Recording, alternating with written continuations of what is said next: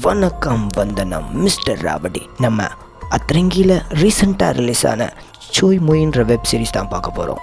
ஒரு வீட்டுக்காரன் சரியில்லைன்னா அந்த வீட்டுக்காரி தான் என்ன தான் உண்மையாக இருந்தாலும் தான் சுற்றி இருக்கவங்க அந்த பொண்ணை உண்மையானவளாக இல்லாமல் அவளோட அடையாளத்தை மாற்றி விட்ருவாங்க. அதுக்கு இந்த சீரிஸ் தான் உதாரணம். இதையே நான் சொல்கிறேன், நம்ம வீடியோவை ஸ்கிப் பண்ணாமல் ஃபுல்லாக பாருங்கள். நம்ம சேனலுக்கு புதுசாக இருந்தீங்கன்னா நம்ம சேனலை சப்ஸ்கிரைப் பண்ண மறந்துடாதீங்க.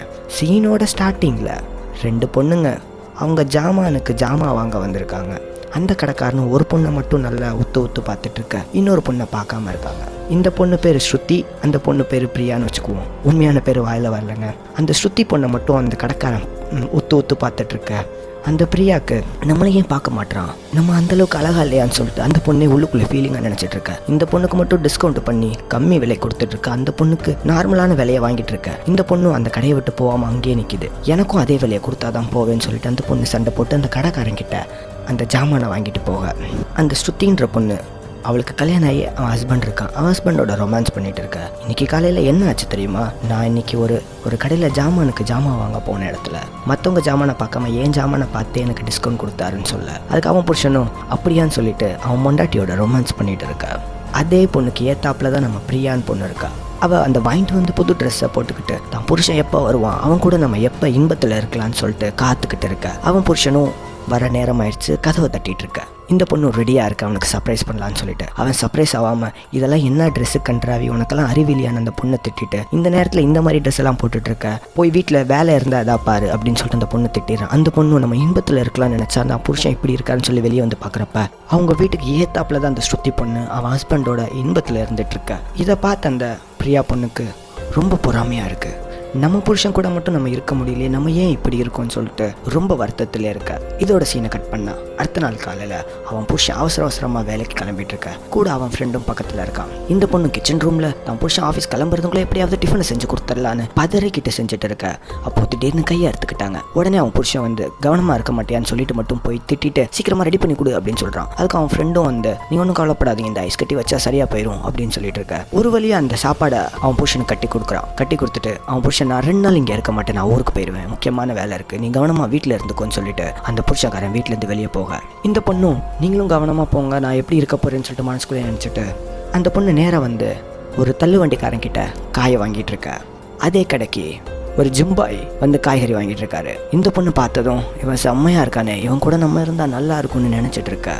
இந்த பொண்ணு அந்த பையனை பார்த்ததை தெரியாமல் அந்த கடைக்கு ஏத்தாப்புல ஒரு அலோபதி டாக்டரு, அதாவது இந்த செக்ஸ் சம்மந்தமாக ஜாமானை சரிப்படுத்துகிற டாக்டர் ஒருத்தர் அங்கே இருக்கார்.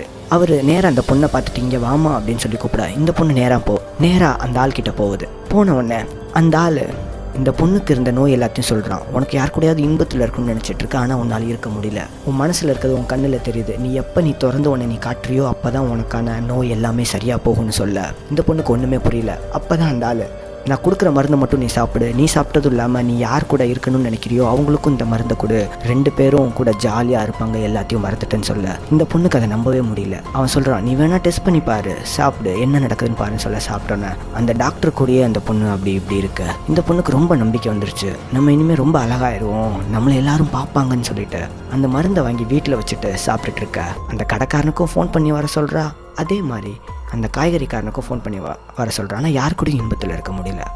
அப்போ தான் ஒரு சமயம் அமையுது.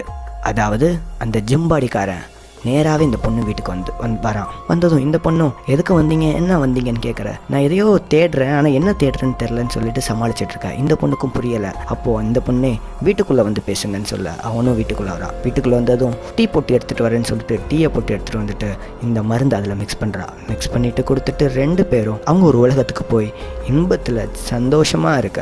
இதெல்லாம் முடிஞ்சதுக்கப்புறமா திடீர்னு அந்த பொண்ணுக்கு ஒரு ஃபோன் ஒன்று வருது. ஃபோன் எடுத்து பார்த்தா அவன் ஹஸ்பண்டோட ஃப்ரெண்டு, எங்கே இருக்கீங்க, நீங்கள் தனியாக இருக்கீங்கன்னு கேள்விப்பட்டேன், இருங்க நான் வரேன் அப்படின்னு சொல்லிட்டு என்னாச்சுன்னு அந்த பொண்ணுக்கிட்ட பேச்சு கொடுத்துட்டு இருக்கான். அப்போ அந்த பொண்ணு கழுத்தில் அந்த பையன் கிஸ் பண்ண தழும்பை பார்க்குறான். பார்த்துட்டு என்ன இதுன்னு கேட்குறான். இல்லை பூச்சி கடிச்சிருச்சு, நான் தேய்ச்சி விட்டோம் அப்படியே சவந்துருச்சுன்னு சொல்லிட்டு ஏமாற்றிட்டு அந்த பையனை அமுச்சு விட்டுட்டு ஐயோ இந்த விஷயம் நம்ம புருஷனுக்கு தெரிஞ்சிடும், தெரியாமல் இருக்கணும்னு சொல்லிட்டு மறைக்க ட்ரை பண்ணுறான்.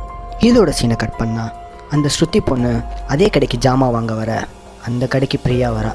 இப்போ பிரியாவை பார்த்த கடைக்காரன் மயங்கி போகிறான். காரணம் அந்த மருந்து மட்டும் இல்லை, பிரியாவே ஆளே மாறிட்டா. இதை பார்த்த பொறாமப்பட்ட ஸ்ருதி அங்கேருந்து கிளம்பி கோவமாக போயிட்டுருக்க. 2 பேரும் அவங்க வீட்டுக்கு போகிறாங்க.